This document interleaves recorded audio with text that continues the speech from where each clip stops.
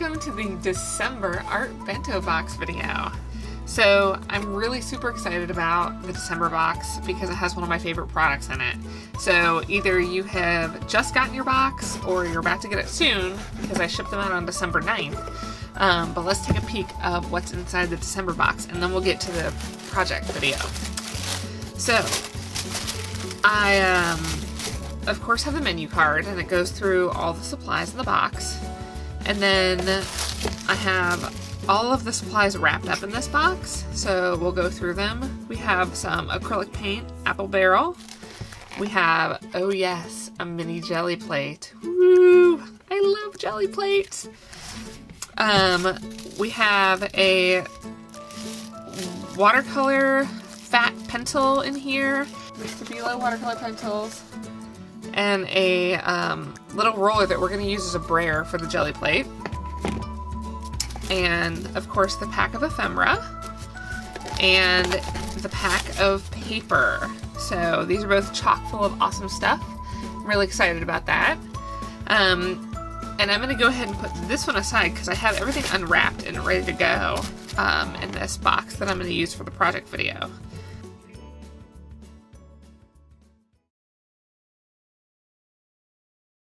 So what we're going to be doing is creating mixed media pieces with the jelly plate. And so there's 3 different jelly plates you could have gotten. You could have gotten either the triangle, the square, or the circle. All of them are awesome. You can create a finished piece with any of them. I'm going to go through the process of creating a piece with the circle for this video. So, as you can see though, they all work really well and they're lots of fun and I love the shapes. In this box, we have all the paper and these could definitely be used in making the mixed media piece. But we're going to go to these printmaking cards. These are Strathmore. Really awesome printmaking cards and they come with envelopes, 400 series printmaking paper, and it's heavyweight and absorbs paint and ink really well. So we're going to be using these. And essentially what we're going to do, there's 2 cards in here and 2 envelopes. And everybody got the same on those. What we're going to do is we're going to cut them apart and actually make 2 pieces of printmaking paper with them, just like this. So the first thing you're going to do is get some kind of a straight edge and go ahead and just cut them right there on that fold line. Now, you can either use scissors or if you have an X-Acto knife, that's great too. I'm just gonna cut that right apart. And that'll give you 2 sheets that you can do 2 pieces of art on. Or you can definitely use it as a card and make cards. Or you can cut them apart and make single sheet cards, like a note card where you put art on the front and then write your note on the back. All of that's viable, and this is great paper, so we'll kind of make it go a little bit further for us.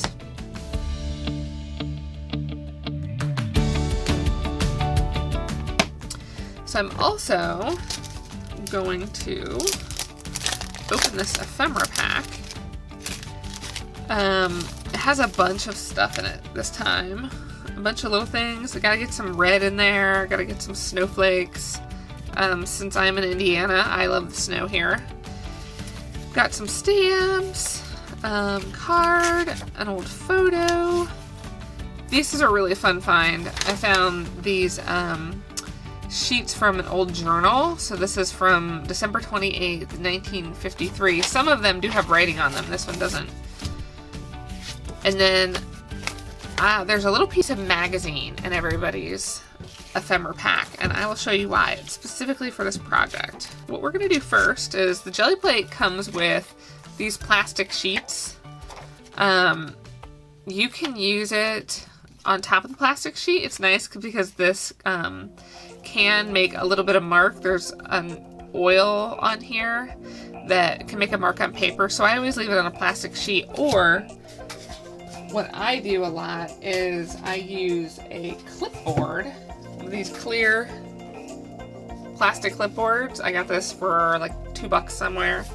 And I will put the jelly plate on there, because then I can pick it up and I have a whole area and it sticks to that. It sticks. So that's really nice.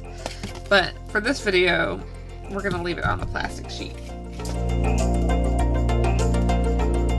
The cool thing about using a magazine or other ephemera when you are creating a mixed media piece with jelly plates is you can get paint on the jelly plate using a brayer or some kind of rolling device, and then you can also roll the extra paint off onto extra materials, and you're creating source material for your piece. So the nice thing about using magazine is there's already color in this, and since the Bento Box only came with one color of paint, that I'm gonna get my extra colors coming from this magazine sheet and from this extra ephemera. Here's a sample that I did. So this is a circle with yellow paint, and this was a fun magazine page that had this lady's hair with blue clouds and an ocean. And so when I rolled my extra yellow paint off, now I have this kind of mixed colored effect, all with just one type of paint. And when I rip this apart and pull it into little strips to use in my piece, then I have a lot more variation of color. I'm going to put a little bit of paint. For this size jelly plate, since it's a mini, you probably want about a dime-sized amount. If you have more, it just goes over the edges, and that's okay, but it can make your print a little bit messier on the sides, so it's really all about the look you're going for. So we're just going to go ahead and roll this out. Now, if you have a brayer, feel free to use that. If you don't, I really like to use different types of tools with my jelly plates. It gets you a different look, and especially when you're doing mixed media, it's nice to have kind of a variated look and not just a completely glass smooth look. Now we're gonna roll some of this extra paint off on here.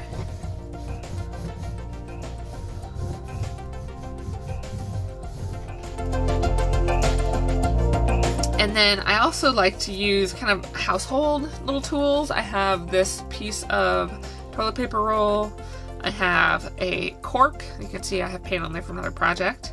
You can use bubble wrap. You can use gift cards. All of this to make some little indentations in the paint. And it's almost a little stamping tool. So we're going to use a couple of these. Just add a little character with these tools. Now we're going to go ahead and make the print. So you just want to flip this on over, kind of center it, eyeball it, give it a good push.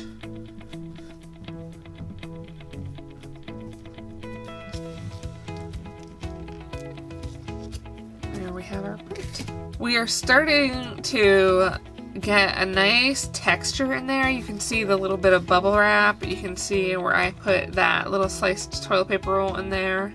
And so I like when there's a good amount of variation, because then as I add mixed media to it, I have a good foundation for where I'm starting.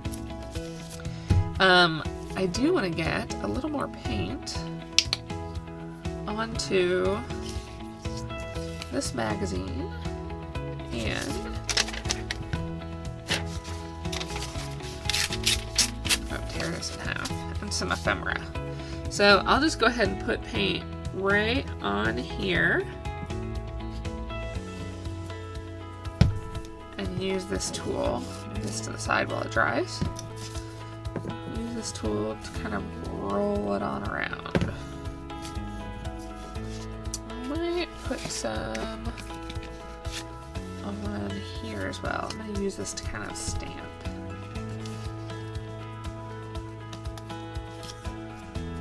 So I'm creating my own source material here. So that's interesting. So I have some good options here to use as source material and mixed media on this piece. And I like to use paper towels, especially to kind of blot up extra paint, get things to dry a little bit faster. You can also use hair dryer, but I kind of like the added texture that a paper towel gives you. Now, the jelly plate is okay if it sits here for a little while, and if the paint dries, you just wash these with soap and water. It's awesome. And then you need to make sure to keep the little plastic sheets, and you can put that back on once it's all washed up and store it that way, and it's all ready to go. Now I'm gonna start looking at the colors I have in here. I have these kind of birds, I have some green napkin, and magazine's really nice because it shreds and it lays down pretty flat once you start gluing it. Then I start to look at the colors and options I have and start kind of playing with some different compositions and how I can use these materials.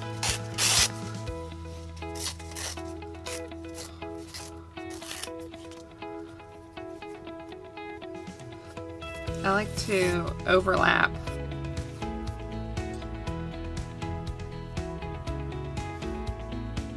and start to break apart my main shape and figure out how I'm going to lay these pieces down. Now you can choose if you want to break the boundaries of your circle, so like go way out here, or if you want to keep them more confined to the circle. And obviously I have a lot of paint on my board, but I'll use cardboard pieces to glue on so that I don't get a bunch of glue buildup on my board, my art board.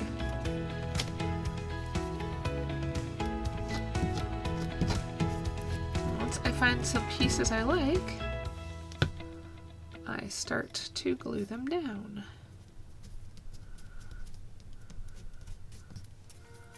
So I'm looking for ways that I can break apart this composition, this circle, and start drawing the eye from just a one piece, so just the circle, around, and start to build that composition. So by putting something darker over here, it draws your eye over to this area. I also use scissors or hole punches to cut shapes.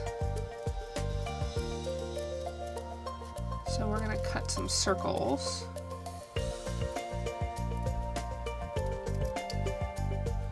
I like to use circles with circles, and as you can see on some of these others, I use triangles with triangles and squares with squares. When you're creating a composition, patterns and symmetry and repeating shapes and colors add balance, add harmony, and so it's pleasing to the eye and it creates a stronger composition. The nice thing about cutting them by hand is it's not perfect. When you have perfect shapes, the eye starts to get bored with them and it just assumes everything is exactly the same, so it stops paying attention. So it's definitely kind of fun to have shapes that aren't perfect to add a little variation and a little interest. So I'm going to use my X-Acto knife and see if I can cut a shape out of this shape to create something a little more interesting. Now, there's plenty of times where I try something and I hate it. So don't feel like just because you made it means you have to use it. You can always save your bits and pieces for other projects. So I think this shape is way more interesting than this circle. So I'm going to take this one out and use this shape. This is kind of a building process where you're layering new things over old things. And if you do something you don't like and you've already glued it down, you can always layer something over the top of it. That's one of the things I love about mixed media. Nothing is 100% permanent. You can always go back over with a new layer, a new color, a new texture, or you can just gesso it and start over. But the fact that you have the layers under there, it matters because you're building the texture that's really fun with mixed media. So we have a good piece started here. Besides the things in the Art Bento box, it's also helpful for doing these if you have some kind of micron or Copic or fiber castile pen. I use brush pens and various tips and widths of pens. For me, it's important that they don't bleed, or if I put water on this, because I might go in with a brush pen, that I want them to be permanent. So that's important. I also use white gel pens, pencils. This is a black wing, but any kind of regular pencil is fine. Number 2 is fine. And white colored pencils. I use those a lot. We're also going to play with these woody 3-in-1 watercolor pencils a little bit in these, just so you can see how those work as well. We're going to go in here with a little bit of marker. This is the Copic multiliner. It's pigment ink and it is a brush tip. So I am making these kind of variated lines. I'm doing this by barely touching this marker to the page. I like how the lines are broken.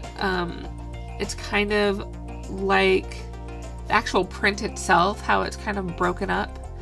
And so back to that kind of repetition and variation that creates interest. And then I will go in with a 0.3 micron. Having different line weights also create interest. Lines doing different things. And again, just lightly touching the pen to the paper. Get a really nice variated line. Now we're gonna go in with some of this.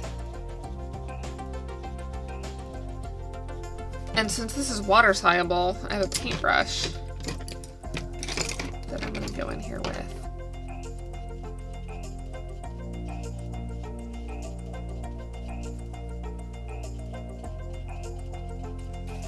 Again, I'm just going to use paper towel to just kind of dab and dry it.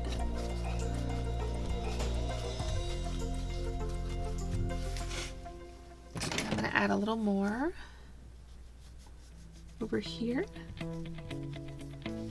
defining this edge of the magazine, just giving a little interest to this circle. And I'm going to put a little more in here. So now I kind of stop and take a look at this and see, am I building up enough layers? Where do I need to add a little bit more? And I really like kind of this music note peeking through. So I'm going to add a little more of that. To think about scale as you're doing this, since this is a small circle, I don't want to have big chunks of paper. I want to kind of break them down into a little bit smaller pieces, so that they don't overwhelm my main background jelly print. It's okay to play around with it too and test out where you might want to put something, and kind of let your eye tell you if it's a good fit, if it's a good place. I'm gonna end up putting this here because it's gonna balance out this dark area and this shape which your eye is drawn to, and kind of push you back over to here. When I looked at it over here, it was too bright. It was too bright to go there, and then you got stuck over in this area. So I am going to take my pencil here. We're just going to add a little definition to this edge. Come in and add a little bit of darkness to this edge as well. What I'm working to do is to create a good background, middle ground, and foreground, and to create composition that's pleasing to the eye. So I'm going to go in with some white and add some additional lines.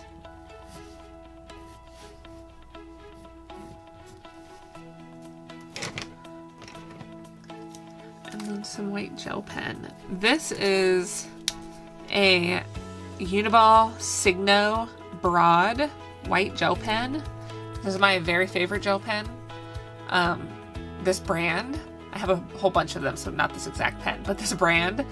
And I'm thinking about putting this in the next Bento Box because I just use it so much and it's so amazing. It doesn't get clogged. I've used a lot of white gel pens, and this is definitely by far the most consistent and amazing gel pen ever.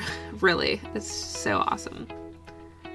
So I added these white dots that really pop off and really push to the foreground. And now I'm looking at it and it's getting pretty close to done. But sometimes I like to go in and add a little more interest. And so I have some of these fun shapes. I'm going to add a couple more. So maybe I might circle some of these white dots. And then maybe just shade around them a little bit.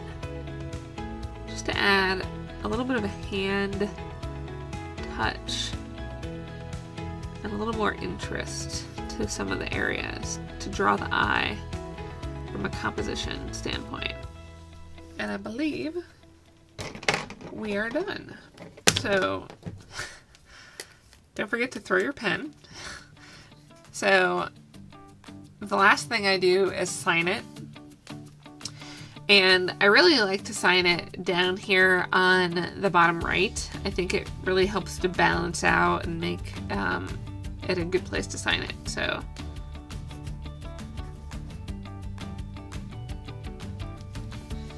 and that is a finished mixed media circle. So I have a bunch of little scraps left over. I actually save all my scraps. I know it seems like a lot, but I like to use little bits and pieces. You can see I have a little cup here. So I add the really little pieces to this cup. And then usually I'll take the bigger pieces and add them to a giant pile I have over here on the side of my table. You cannot see. Yes, I have a giant pile. But I find that source material gets used. I use it in my daily book. I use it in other pieces.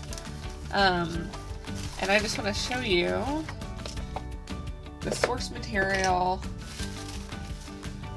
So the pink that we just finished, obviously you saw the magazine and the ephemera. So there's the pink. And then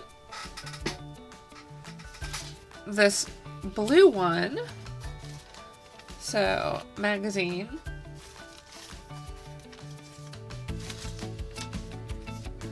and then the green one,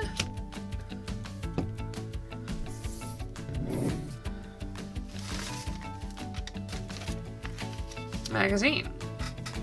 And so you can see how each one that I created the source material for and then use that in the finished pieces. This one got one of the little numbers that came in the ephemera pack. And it just creates a really interesting combination of original source material and finished work, and how a magazine page can cease to be, you know, a model or text or an ad for a cookbook and start to be something really interesting and textural as you add paint to it and as you layer it. And this was the December Bento Box. Hope you enjoyed. Look for the next box. We're going to have completely different supplies in it and a completely different project. And I am so excited that you got the box, and I'd love to hear your feedback about the video, about the box, and I hope you have a happy holiday. Bye!